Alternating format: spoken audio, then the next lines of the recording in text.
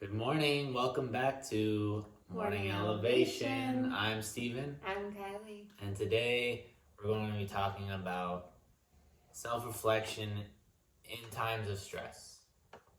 So for all of us, in times like now or any time in your life, essentially, you're going to be going through moments of your life when you're going to have blips of outbursts, and you might be saying things you don't want to say, you might be feeling things you don't want to feel. And I think it's important to just stop yourself. Just when you start going on that, you can kind of get lost in it, and to just really take a step back and be like, holy shit, what am I doing right now? This is not me. This is not what I feel. This is not what I want to talk about. This is not how I want to be.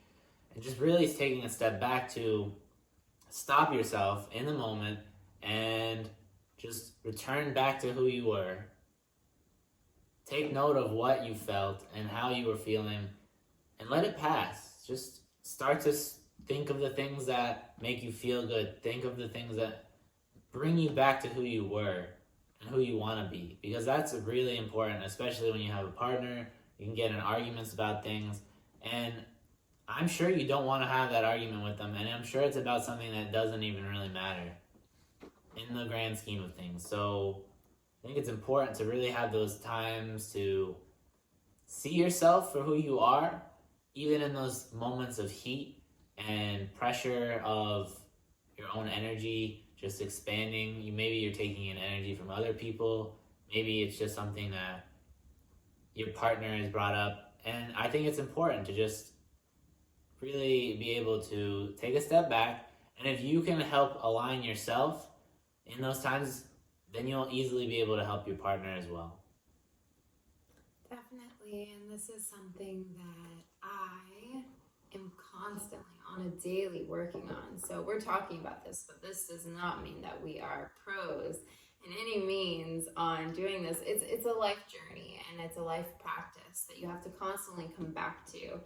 And I think it's important to celebrate the small successes, even if they're the smallest successes. Like, you notice that a previous situation that you would have maybe freaked out at in the past, but today you came about it from a much calmer, a more relaxed, a more mature way of approaching it. And that in itself is a huge success.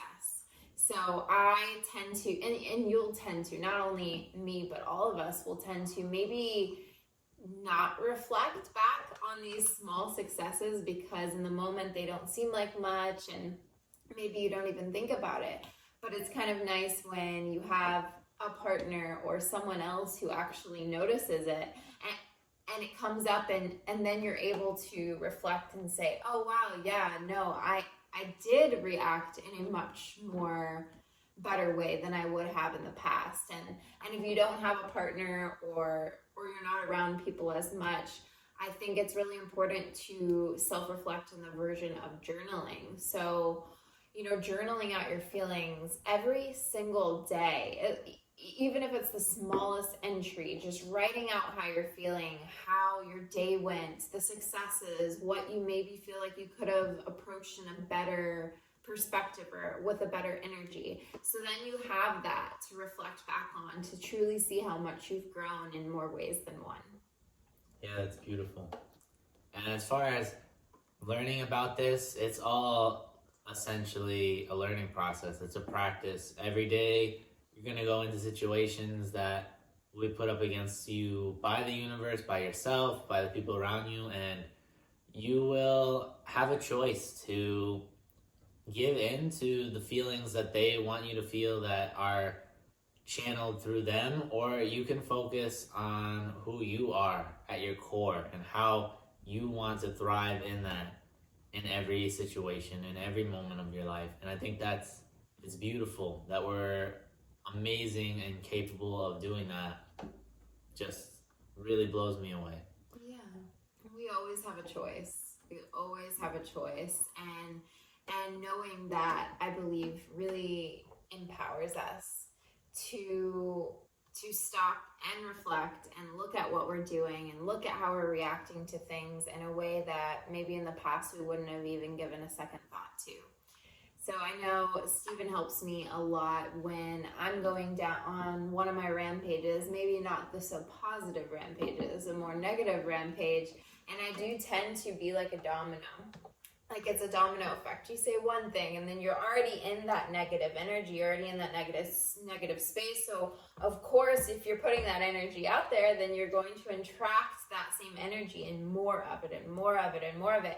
So for you to actually step in and be able to physically pause and stop yourself in that moment, which is easier said than done, and it takes practice like we're talking about, but for you to actually physically stop and take a deep breath and reevaluate how you're reacting to a situation is honestly the most powerful tool when you're having one of those breakdowns, because just taking a second to pause allows you to clear your head and welcome back in a positive, more calm energy, which will automatically overlap any of the negative energy that you've been putting out. So it's really powerful to be able to pause and practice it consistently.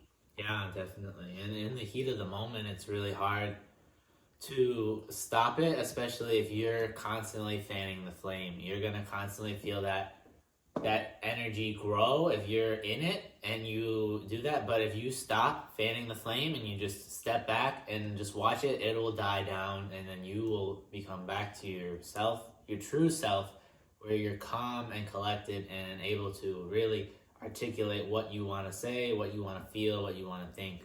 And that's really just, this is really beautiful that we're able to do that. Yeah. And a good resource I know is reading the book The Power of Now by Eckhart Tolle. It's a beautiful book. Everybody should read it. It really lays things out where, there is you and then there is your mind. Your mind is essentially in control of everything, and you're kind of telling your mind what to do. And you don't really realize that it's because they're almost like seamless in the way that they act together. But you can easily take a step back from your mind and really realize, like, oh, what's going on right now? This isn't how I want to be. I don't want to be yelling. I don't want to be upset. I don't want to feel like this. I'm gonna stop the energy right now, and I'm gonna direct it in a different direction that's more beneficial, more positive. And I think it's just super beautiful, super powerful. Yeah, and another thing that he talks about, well, you could tell from the title, is being in the now, being in the present. And we talk about this constantly, and we will continue to, because it's very powerful. Because if you're not focused on, what you're going to do or what you have done or what you should have done, and you're just focused on the present moment, sometimes I make a joke about it, and it doesn't mean you have to talk about like you picking up your cup to take a sip of tea, like just focusing on right now, because in this current moment, you're watching this video, maybe you're sipping on a cup of tea, maybe you're lying back in your bed or on a couch, and nothing's going wrong. Nothing's happening, nothing's going wrong. And if you're truly focused right here, right now, it really allows your body and your mind and your spirit to release the tension and the pressure that you may be feeling from whatever it is you are dealing with in life. Definitely. Well, I hope that this helped you guys in so many ways, more than one, because it's definitely something that we're working on constantly with ourselves, and I know everyone in this world could use the help to know that they can interrupt the conversations they have with themselves and the conversations they have with others, so that way they can change that and shift it to a positive perspective. Definitely. Super powerful. I felt myself personally really benefiting from this talk today. So I hope it served you well. We send so much love and light your way, and we love you. Yeah, we really do. And our episodes are always sponsored by our other company, Elevated Chai. Yes. Which, if you would like a cup yourself, go on at Elevated Chai on Instagram. We'll leave the link down below. We have a link there where you can purchase your own. It's Yeah. a very delicious cup. Helps you kind of get fired up in the morning. It's got a lot of spice, Definitely. ginger, cinnamon. It has this beautiful way of like elevating you at the same time as grounding you down. It's a very unique energy that I get after drinking it, and that's why I always like to, we always have a cup before these morning elevations Yeah. and during. It's really good to help cleanse your body.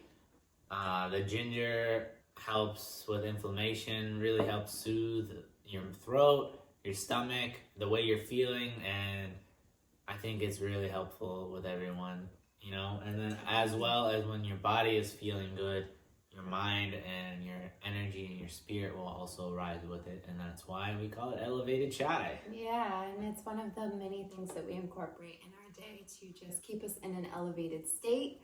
And that's truly what is going to heal us and the entire world. We are all one. I truly believe that. So stay elevated, everyone. Once again, we love you and namaste. Namaste.